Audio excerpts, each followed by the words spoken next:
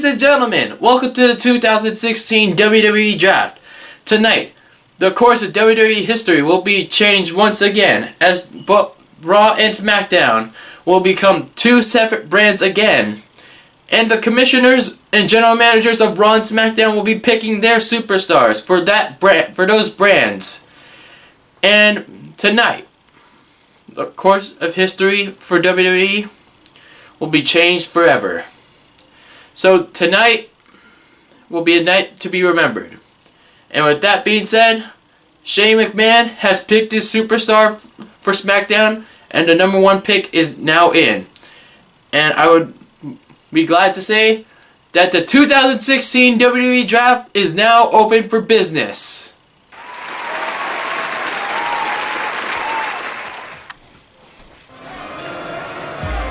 With the first pick in the 2016 WWE Draft, Shane McMahon selects John Cena for SmackDown Live.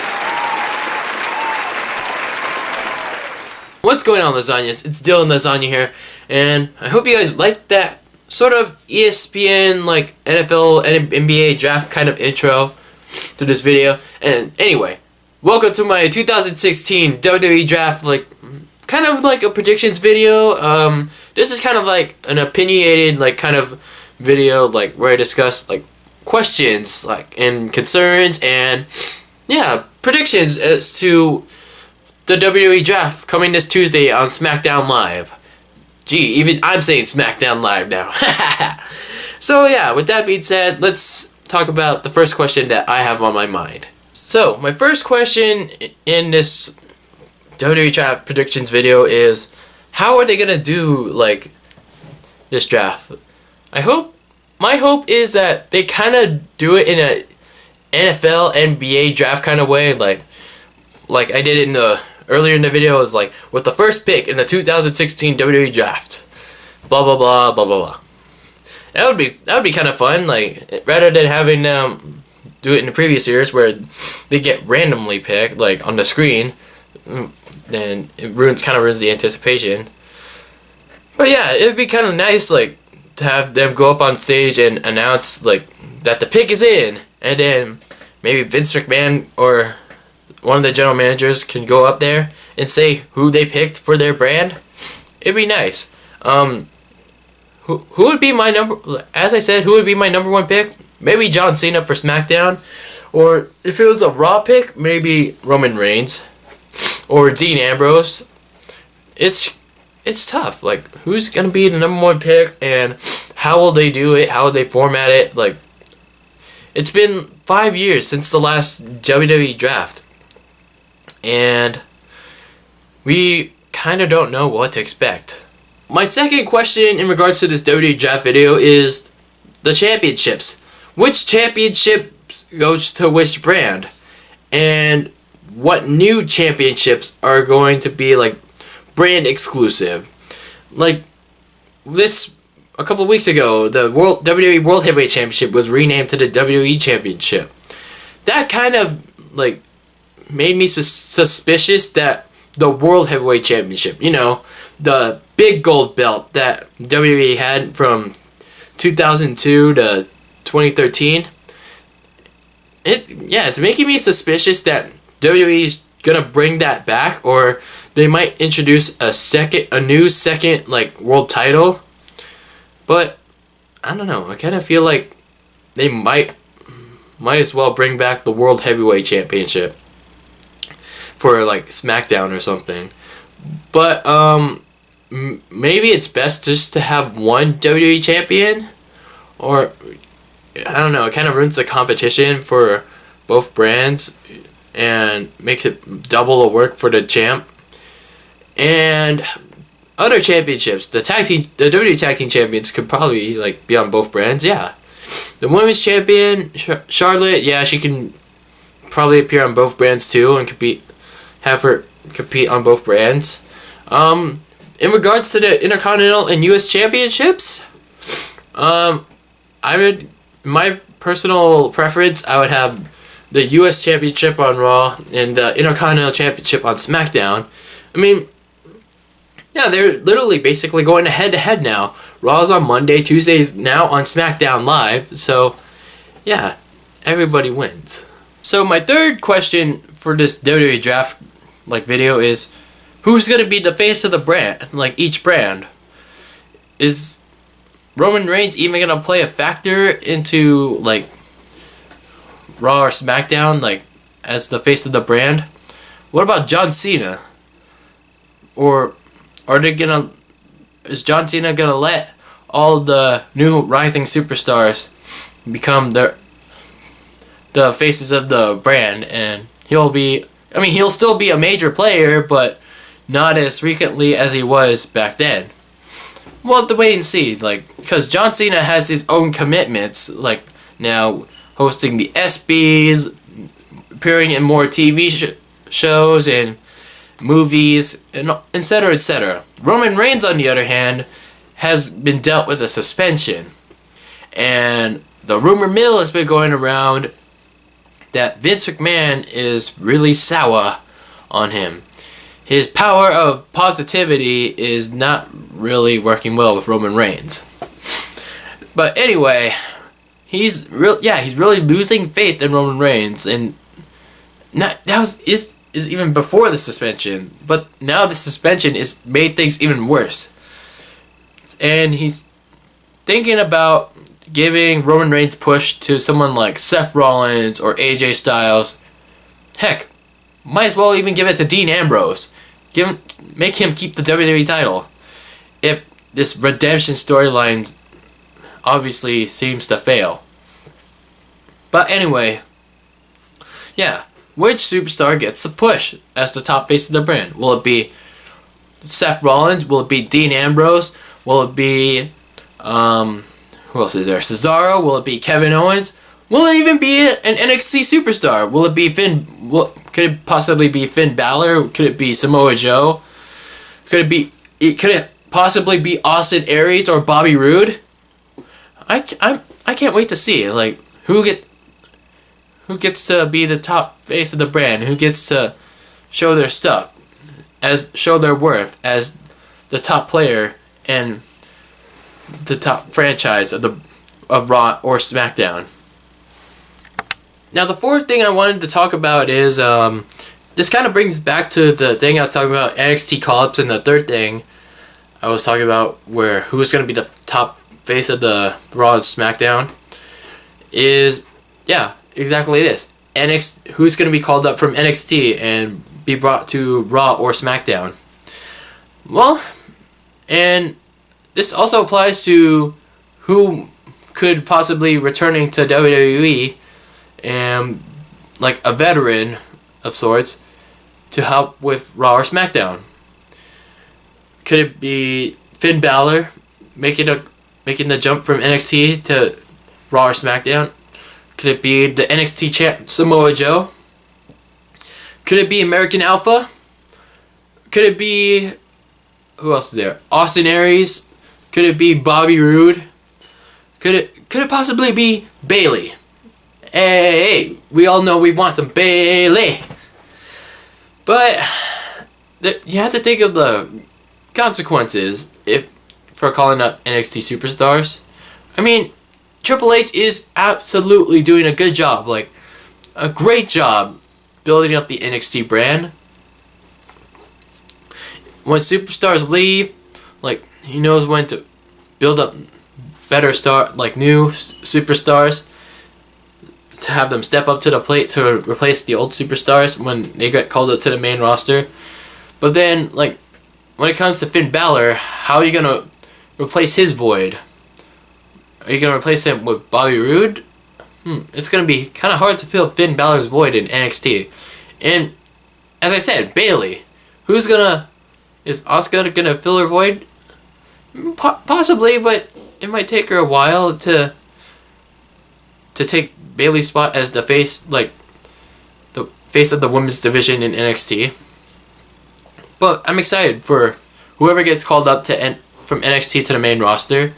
And in regards to surprise returns, for the draft, I've been hearing stuff like Kurt Hawkins, Jimmy Wang Yang, Tommy Dreamer.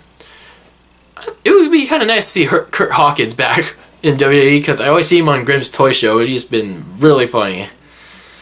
But I don't know, it's like surprise names, like, because they're all in either TNA, Ring of Honor, Lucha Underground. It might be kind of hard for WWE to get some surprise like names, like noteworthy enough to get the crowd really popping. But other than that, I'm still like gonna be glued to my seat no matter what.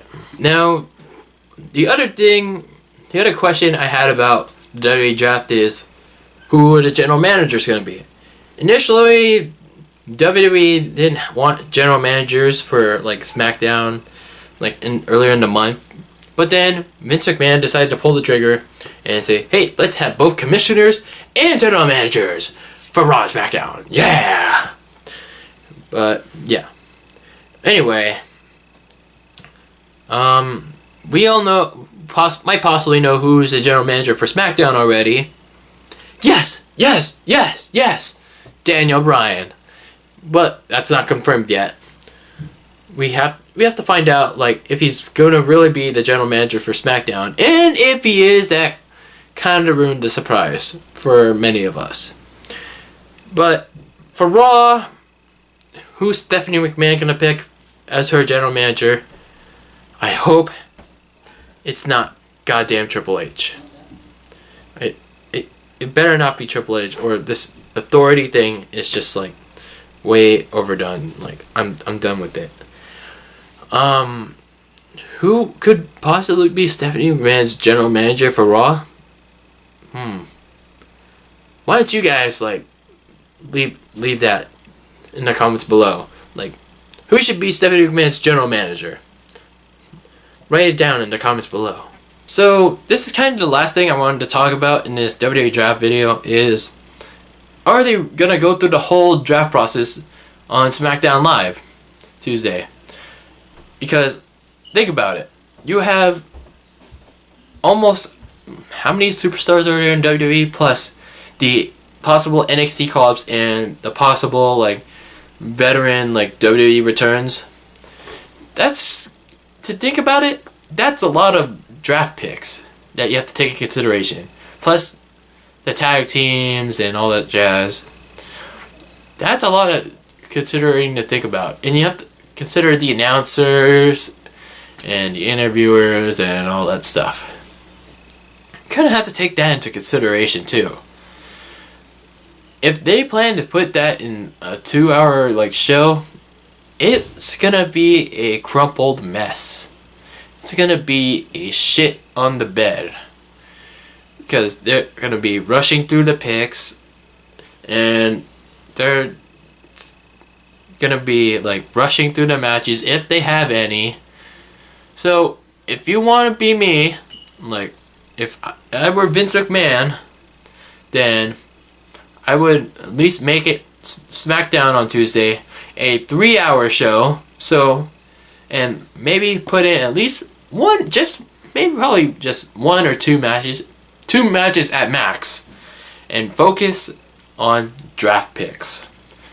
Focus on who's going to be on Raw, who's going to be on SmackDown, who's going to be called up from NXT, and who's going to be coming back to WWE for the draft, etc., etc.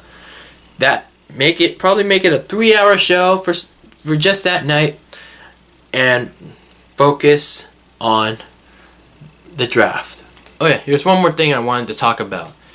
It's about keeping the brands, like talking about the brands as equal, like keeping them equal, not making one dominant over the other, as Vince McMahon stated last Monday on Raw.